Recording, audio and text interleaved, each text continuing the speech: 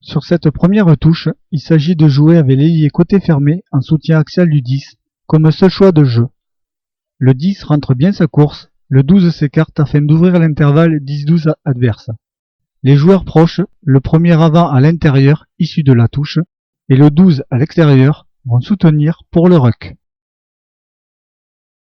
Sur cette touche réduite, le 10 a deux choix de jeu, pénétrant ou au large. Mais il décide de garder le centre, son soutien axial, et l'avant le plus proche issu de la touche vont le soutenir dans le ruck.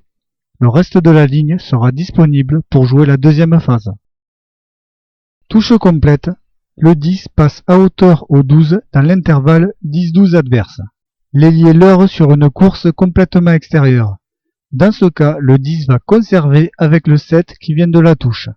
C'est l'ailier qui, de par sa course, est logiquement en mesure de continuer le jeu. Une classique, avec le 9 direct pour le 12, qui a le 10 et le 13 en leurre, mais éventuellement comme option de jeu.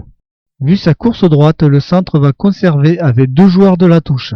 Le reste de la ligne sera sollicité pour la deuxième phase, avec sûrement quelques avants en plus. La même, 9 direct 12 sans option de jeu. Comme la touche est réduite, l'intervalle est alors entre le 7 et le 10 adverse. Les avants dans la ligne d'attaque sont utilisés pour conserver, avec toujours un en plus qui vient de la touche. Et les arrières continuent le jeu. Ici, on utilise carrément la troisième ligne pour bloquer la zone centrale, avec le 8 en pénétration. Conservation avec les deux flanqueurs et un joueur issu de la touche. Les arrières, avec le 10 qui n'est que passeur avec une course extérieure, jouent la deuxième phase, le tout avec vitesse et précision, ce qui amène un bel essai.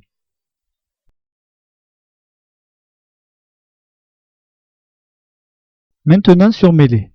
Ici, feinte de départ petit côté pour venir jouer un jeu direct et sans leurre sur une course droite du 13 pour l'intervalle entre le 12 et le 13 adverse.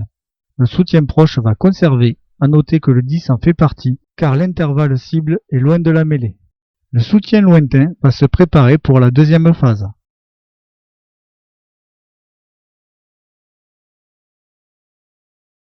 Ici, à noter que l'ailier est resté sur le petit côté. Même jeu direct que précédemment, sauf que le 13 rentre plus sa course vers l'intérieur pour viser l'intervalle 10-12 adverse. Comme l'intervalle est plus proche de la mêlée, la troisième ligne est au soutien avec le centre. Le 10 peut alors aller jouer. Sur cette mêlée, on a un placement à plat pour permettre au 13 de venir à hauteur, avec une course vers l'intérieur pour l'intervalle 10-12 adverse.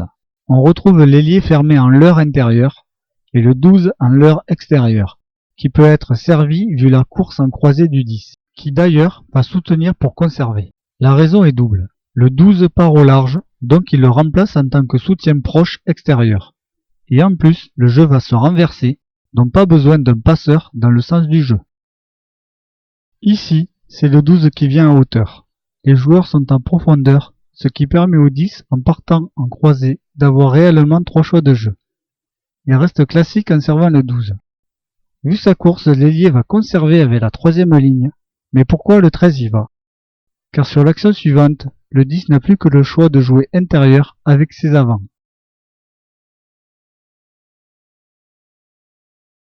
Sur cette mêlée près de la ligne de but, on voit le 10 qui s'était placé axe de la mêlée, entraînant le 10 adverse. Les deux centres vont fixer les deux défenseurs. Le 10 adverse étant hors de la ligne défensive, permet au 10 qui redouble d'avoir deux choix de jeu très avantageux, avec son ailier intérieur et l'arrière sur l'extérieur. Il choisit son ailier en rentrant sa course pour fixer le centre. Le lancement de jeu en zone centrale, c'est une organisation avec les joueurs autour de cette zone. Deux intervalles précis entre le 10 et 12 adverse et le 12 et 13 adverse. Des courses spécifiques, des timings de passe au bon moment. Enfin, une continuité avec des soutiens proches pour conserver ou enchaîner directement si franchissement, et des soutiens pour jouer en deuxième phase après le ruck.